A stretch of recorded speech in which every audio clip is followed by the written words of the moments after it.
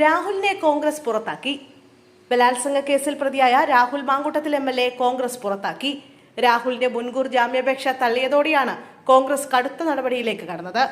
രാഹുലിനെതിരെ കടുത്ത നടപടി വേണമെന്ന് രമേശ് ചെന്നിത്തല, കെ മുരളീധരൻ, തിരുവഞ്ചൂർ രാധാകൃഷ്ണൻ ഉൾപ്പെടെ KPCC നേതൃത്വത്തോട് ആവശ്യപ്പെട്ടിരുന്നു.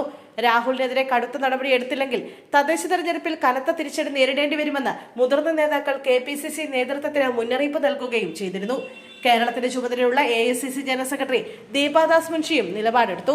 രാഹുലിനെതിരെ ലൈംഗിക പീഡന പരാതിയുമായി മറ്റൊരു യുവതി കൂടി രംഗത്ത് വന്നതോടെയാണ് കോൺഗ്രസ് കടുത്ത തീരുമാനത്തിലേക്ക് പോയത്.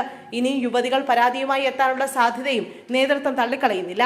ബംഗളൂരു സ്വദേശിനിയായ യുവതിയാണ് പുതിയ പരാതിക്കാരി എന്നാണ് സൂചന. അതേസമയം രാഹുലിനെതിരെ കടുത്ത ആരോപണങ്ങൾ ഉയരുമ്പോഴും പാർട്ടി എന്തുകൊണ്ട് പുറത്താക്കൽ നടപടി സ്വീകരിക്കുന്നില്ല എന്ന ചോദ്യങ്ങൾ നേരത്തെ തന്നെ ഉയർന്നിരുന്നു.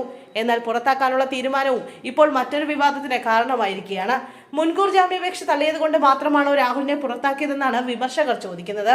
KPCC അധ്യക്ഷന് കഴിഞ്ഞ ദിവസം ലഭിച്ച പരാതിയുടെ അടിസ്ഥാനത്തിലാണ് ഈ നടപടിയെന്ന് കോൺഗ്രസിനെ ന്യായീകരിക്കാമെങ്കിലും നടപടി പ്രഖ്യാപിച്ച സമയം വളരെ വിചിത്രമാണ്. നിലവിൽ സസ്പെൻഷനിലുള്ള രാഹുൽ മാങ്കൂട്ടത്തിലെ ഉയർന്ന പരാതികളുടെയും രജിസ്റ്റർ ചെയ്ത കേസുകളുടെയും അടിസ്ഥാനത്തിൽ കോൺഗ്രസിന്റെ പ്രാഥമിക അംഗത്വത്തിൽ നിന്നും പുറത്താക്കിയതായി KPCC president Sunny Joseph MLA അറിയിച്ചു എന്നാണ് കോൺഗ്രസിന്റെ പത്രക്കുറിപ്പിൽ പറയുന്നത്.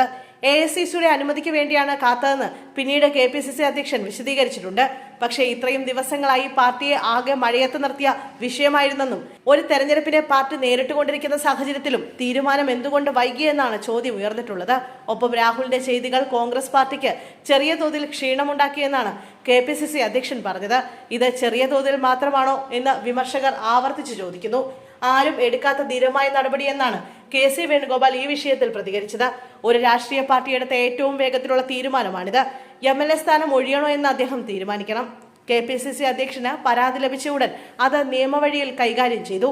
പല പാർട്ടികളും നടപടി പോലും എടുക്കാതെ സംരക്ഷിക്കുകയാണ് ചെയ്യാറുള്ളതെന്നും അദ്ദേഹം കൂട്ടിച്ചേർത്തു.